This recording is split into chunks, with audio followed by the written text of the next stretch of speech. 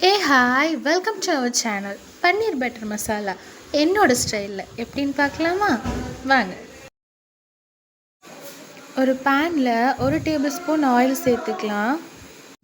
தேவைக்கேற்ற மாதிரி உப்பு சேர்த்துக்கோங்க.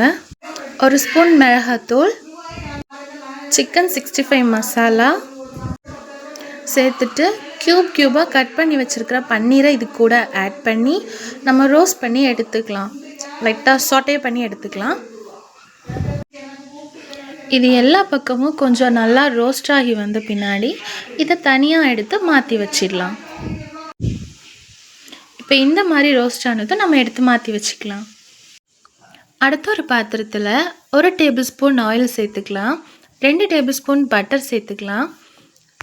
நம்ம சேர்த்துருக்கிற பட்டரும் ஆயிலும் சூடானதும் பெருஞ்சீரகம் 1 ஸ்பூன், ஏலக்காய் 2, 1 கிராம்பு சேர்த்து பொரிய விட்ட பின்னாடி கட் பண்ணி வச்சுருக்கிற 2 வெங்காயம் சேர்த்து நல்லா வதக்கிக்கலாம்.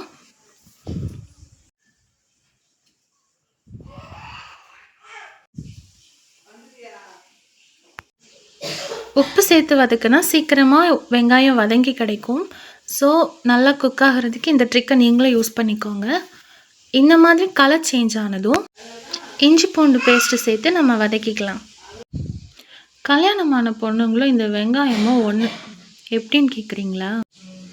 இந்த தீ, சட்டி, வெங்காயம் 3க்கும் இந்த கல்யாணமான பொண்ணுங்களுக்கு ஒரு சம்மந்தம் இருக்குது. என்ன தெரியுமா? இந்த தீ மாமியார், சட்டி ஹஸ்பண்ட், வெங்காயம் நம்ம. அது எப்படின்னு சொல்கிறேன், வெயிட் பண்ணுங்கள். அக்கா தங்கச்சி 2 பேரையும் அரைச்சிட்டு வந்துடலாம். அரைச்சவங்களை இது கூட சேர்த்து மிக்ஸ் பண்ணிடலாம். அந்த மிக்சர் ஜார்லேயே 1 கிளாஸ் தண்ணி ஆட் பண்ணி நான் மிக்ஸ் பண்ணிக்கிறேன். மிக்ஸ் பண்ண பின்னாடி இது ஒரு கொதி வர வரைக்கும் நம்ம வெயிட் பண்ணலாம். ஒரு கொதி வந்ததுக்கு பின்னாடி நம்ம இதில் சேர்க்க வேண்டிய மசாலாலாம் சேர்த்துக்கலாம். கொதிக்கிறது எதுக்காகனா இதில் சேர்த்துருக்கிற தக்காளி, பச்சை மிளகாவோட பச்சை வாசனை போகணும்.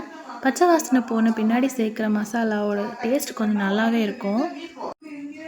இது ஒரு கொதி வந்த பின்னாடி நம்ம சேர்க்க வேண்டிய மசாலாலாம் சேர்த்துக்கலாம். இதில் சேர்த்துருக்கிற தக்காளி, பச்சை மிளகாய் பச்சை வாசனை போகிற வரைக்கும் வெயிட் பண்ணலாம்.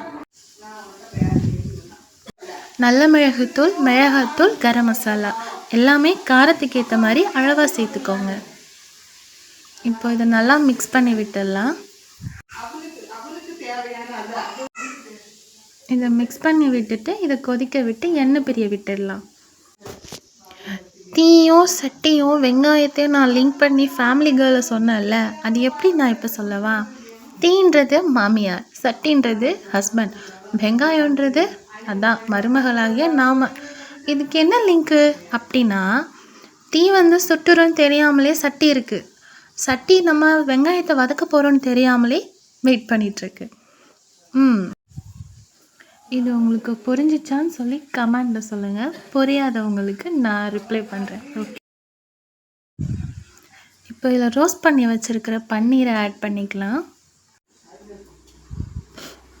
பன்னீரை ஆட் பண்ண பின்னாடி நல்லா மிக்ஸ் பண்ணி விட்டுட்டு ஒரு கொதி வர வச்சு அதுவும் ஆயில் பிரிஞ்சு வர வரைக்கும் வெயிட் பண்ணணும். இப்போ கொஞ்சமாக கஸ்தூரி மேத்தி, கொத்தமல்லி இலை சேர்த்து வதக்கி விட்டுக்கலாம்.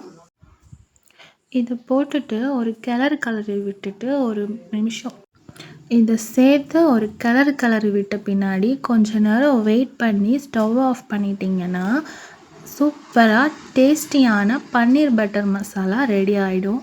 இது மாதிரி செஞ்சிங்கன்னா சிம்பிள் அண்ட் ஈஸியான ரெசிபினால திரும்ப செய்வீங்க. அண்ட் சப்பாத்திக்கு நெக்ஸ்ட் டைம் கண்டிப்பாக இதை ட்ரை பண்ணி பாருங்கள். சூப்பராக இருக்கும். செஞ்சு பார்த்துட்டு எப்படி இருந்துச்சுன்னு கமெண்டில் சொல்லுங்கள். நான் ஒரு வேளை தப்பு பண்ணியிருந்தா கமெண்டில் சொல்லுங்கள்.